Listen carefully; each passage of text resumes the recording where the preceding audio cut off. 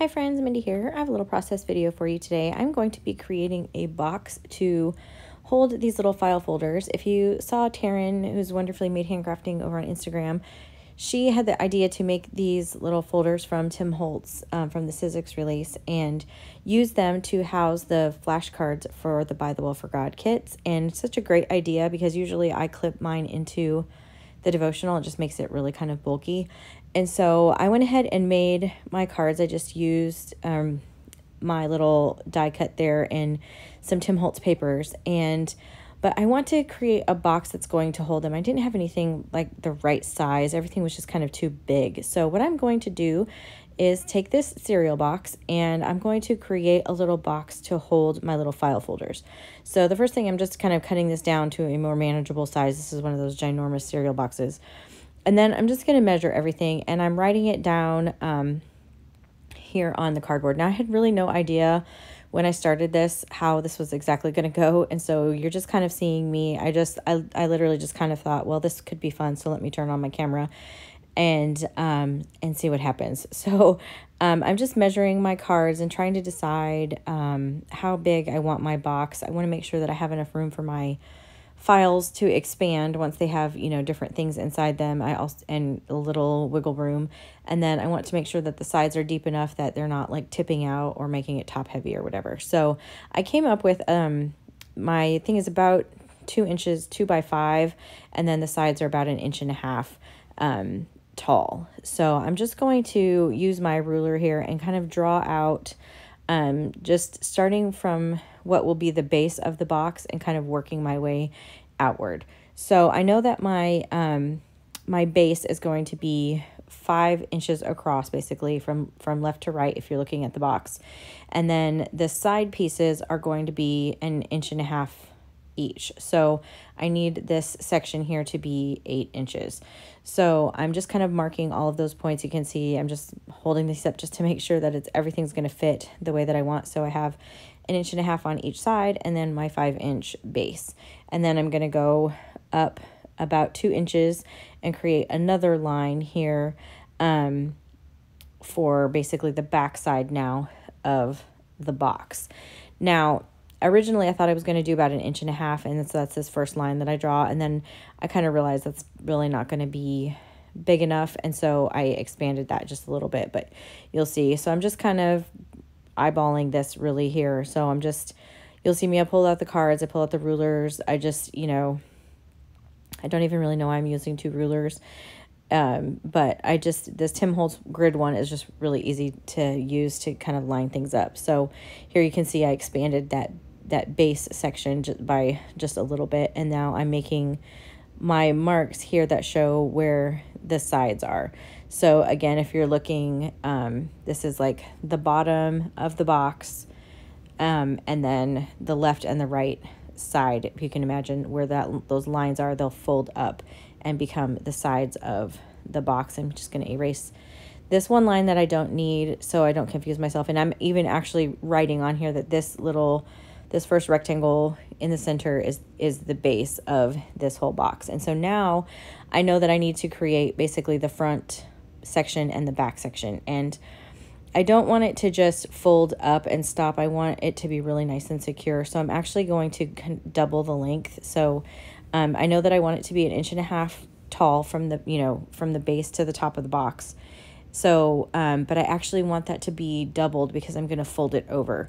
So I'm actually going to make those sections now 3 inches. And I'm going to make a mark at 1.5 inches and then a mark at 3 inches. And that way, I will know where, these are going to basically fold over, and that's just going to give it some security. This is, you know, like this is a cereal box, so it isn't the sturdiest chipboard ever. And I also just didn't want to have the raw edge of the chipboard or of the cereal box, you know, like at the top. I want it to have a nice smooth finish there. So I'm going to have it so that it folds, so the pieces will kind of fold inside into the box, if that makes sense. So I'm just going to draw everything out here with my ruler so that I have all of the sections for this whole thing. And I'm just kind of labeling them as I go, just so that in my mind I can kind of keep this in my brain how I think that this should work. Like I said, I didn't really have like a super idea plan when I sat down to do this. I was just kind of doing what made sense to me at the time, and I'm sure there are better ways of doing this. And the way that I actually thought it was going to work, I made a cut in the wrong place, and so I kind of had to improvise. I'll show you that here in a minute, but this is just me just kind of sitting down trying to figure it all out. And so I'm just kind of writing on there, making notes. All this is going to get covered up, so I can just write and scribble right there on the chipboard, and it's just not going to hurt anything. So you can kind of see now I have the grid there. So it's going to have all of the sections that I need for the base and the two sides and the end pieces. And now I just need to get rid of all of this excess chipboard. So what I'm going to do is just use my craft knife and my ruler. I'm using the steel edge of this Tim Holtz ruler. And I'm working on a nonstick cutting mat, so I can just do this right here. And I'm just going to get rid of all of the excess chipboard. And now I want to kind of create some score lines. And for some reason, I cannot find my scoreboard. So I'm just using the edge of my ruler and a bone folder here, and I'm lining the edge of my ruler up, and then I'm scoring a couple of times with my bone folder, and this will be enough to kind of get this started. So I'm going to go through, and on all of those lines in both directions, I'm going to create those score lines. And now I'm going to fold it on all of the edges. So I'm just kind of coaxing that over with my bone folder, and then just trying to make sure that it'll just make the box go together a little bit easier. So again, you can see I'm scoring it. I'm actually going to come back. I'm holding that ruler in place. I'm coming from the back side now with my bone folder, and that's just really helping to bend this cereal box a little bit. So you can see I did that with all of the different sections. You can kind of see here now how that's going to fold over into the inside and give me a nice clean finished edge on the top section of my box. And so now what I need to do is get rid of all 4 of the outermost corners. That way it's just extra material there I don't need. And so, and I'm going to kind of cut them just at a little bit of an angle, just kind of like you do when you're wrapping a book or whatever, just so that when it folds, it will fold just a little bit easier. And then I am making some slits. This is where I cut this wrong. This is not how I intended to do this. I had really intended to do this so that these end pieces would slide between the folds of the front and the back. But I realized here that I had cut them in the wrong spot. So I just have to kind of rethink how I'm going to do my sides. So now I'm just going to kind of fold everything toward the center, and I will have my little side like that. And you can see, and I'll just have a nice finished edge on the front and the back. So for this part, I'm going to use score tape, because this is a really strong adhesive. You could use really anything. And another point, I use a glue stick. You could use even like a liquid adhesive if you just don't use too much of it, so that it doesn't warp. But I'm just going to use this score tape because it's really, really strong. So I am putting this on all of the sections. So I have it on the front and the back section. Now I'm going to do the side pieces, and I'm just kind of figuring out where exactly I need to put adhesive. So on these pieces, I have to put it on the outside of these little flaps. And I was cracking up this whole time as I was working with this chipboard, because this is a Cinnamon Toast Crunch box. My son loves Cinnamon Toast Crunch. And so I have this face looking at me this whole time that I'm working on this box, and it just kept making me laugh. So sorry for the funny face on there, but that's what that is. So I have a joke around my house because I use these boxes for journals and all kinds of things, that no box gets left behind. So this one is becoming a smaller box. So here I'm taking off my score tape, and at first I think I'm going to do the sides first, and then I think, well, no, maybe I need to do the end pieces. So I start taking off the release papers here, and then I realize, no, I really need to do the front and the back pieces first. I just couldn't really decide how I wanted to put this together, which would be easiest. So In the end, I decided, you can see here, to do basically this is the front and the back of the box.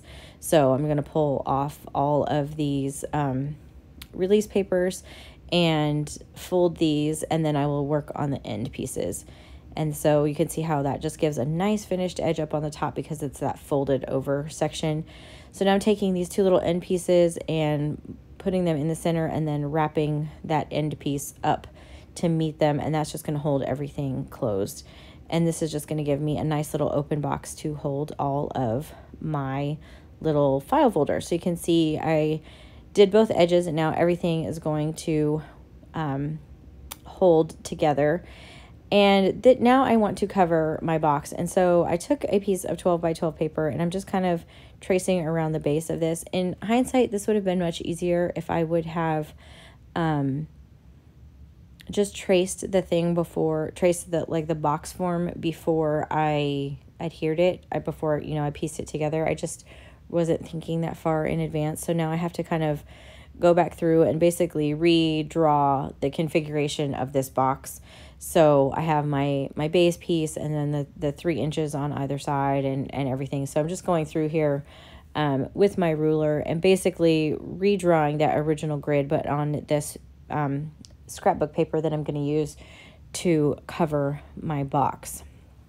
So I just am drawing all of the lines. You can see the grid here. I didn't even draw one of the lines that I needed. I just kind of went with the outermost edge there. And then I'm going to trim off all of the extra paper. I'm using a 12 by 12 paper to wrap this. And then I have no idea where my scoreboard is. So I'm going to just use my little my cutter here, and I'm just using my bone folder and going down that ridge where the blade goes from on my my cutter here. And you can see I didn't even draw the lines all the way from edge to edge, so I'm just kind of lining them up. But I need the scorer line to go the whole length of it, so you can kind of see I'm just making sure that I'm lined up with the pencil lines that I do have on there. And I apologize because that makes it really difficult for you to see where those score lines are, but it's basically scored exactly like the base was, the actual chipboard. I'm just kind of redoing that whole thing. And so I will now need to go through here and cut out the outermost corners. I'm going to kind of just hold this box in place just for a second and kind of fold everything just to make sure I'm going to get a good clean edge around everything. And so I'm just kind of creating a little crease there around the base of my box just to make sure, again, I just want to have it so that it folds really easily when I get ready to glue it down. So now I need to go through here and trim out those little corners. And I'm just trying to decide here how the best way to wrap this edge that's going to go kind of into the inside of the box. So I'm folding on those lines as well, just making sure that everything is going to work together, because like I said, I had cut that piece, the cardboard piece, just a little bit wrong, and so I just really wanted to double check as I was working on here. So again, there was me cutting all the outermost edges, and now I am folding these 3-inch pieces in half because, again, I only need 1.5 inches, and then this is where this is going to wrap to the inside. And you can see what I'm doing is I am basically cutting along the score line only up to the crease for the other section, and that will make it so that this is going to now kind of wrap toward the inside. So I'll have part of this that will go inside the box, and part of it is going to get glued on the outside of the box. So you can kind of see how it tucks in there to the inside, and then these flaps are going to come around and glue to the outside. And then when I fold over the front and the back sections, it's going to cover those little pieces, just kind of like when you're when you have a journal cover and you're wrapping it in paper, you're wrapping around toward the inside. It's kind of just that same concept, just 3-dimensional, because we're going up and around and inside. So I'm just creating little slits in both of those sections. You can kind of see here. I left this part in so you could kind of see the cuts that I was making on both sides. that way it's going to just kind of fold up and in and around. And then at this point, I decide, just to make it easier for myself, I'm going to go ahead and adhere the base section and then work around that. So I just added score tape to the base, and now I'm going to stick that right in there. So everything is going to be easier to work with because it's not going to move around on me. So again, here you can see it just kind of folding up and in, and I'm making these creases just a little bit crisper so that they'll tuck right in the corners of my box. So it's just going to pop in there. And I haven't added any adhesive yet. I'm just really trying to make sure that everything is going to fit the way that I want it to. So I decided on this side, I'm just going to add some of this score tape here because, again, it's that really nice sticky adhesive. And in the end, I actually switched to a glue stick because it's just a little bit easier. But I'm taking those release papers off, and then I'm going to fold this around, and then I'm going to tuck that middle down in there. You can kind of see. And so for this part, it was just, I knew that if I put score tape, it was just going to be too difficult to make it go like immediately. And there was a little bit of a section here. Sorry, I keep jumping around, but I needed to trim out a little bit of a V right there to make that just wrap really nice so that it wasn't kind of sticking up over my chipboard. You can kind of see there. So I'm just going to cut out those little V's, again, kind of like you do when you're wrapping corners on a journal. I just keep kind of fitting it just to make sure that I'm cutting the paper in the right place so that I don't have a section of my box that doesn't get covered. So again, I decided at this point I'm not going to use score tape, obviously, to try to adhere this because it would just get hung up. So I did need to trim just a little bit. This edge was just a little bit too tall.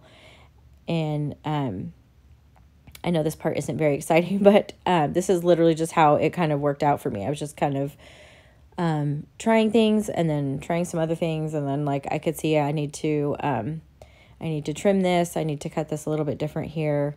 And then once I finally got all of that kind of figured out, now I can glue everything down. I'm going to pull out my Yoo-hoo glue stick and use that. I'm just going to put a deli paper down here so I don't make a mess on my mat. And then I'm just adding all of that in there. And this is going to give me like the working time that I need to be able to wrap this without trying to deal with, you know, super sticky adhesive getting stuck where I don't want it to. So I'm just kind of folding around into those middle sections. And now on the outside of the box, I'm going to do those little flaps. And that way it's just going to cover the edge, those corners really nicely on the outside. And then I will do the same thing to this side. And again, here you can kind of see where I cut those little V shapes out. Like I was saying, from how you do when you're doing a journal, wrapping a journal cover. You can kind of see that right there. That's just going to make everything fold in really neatly there.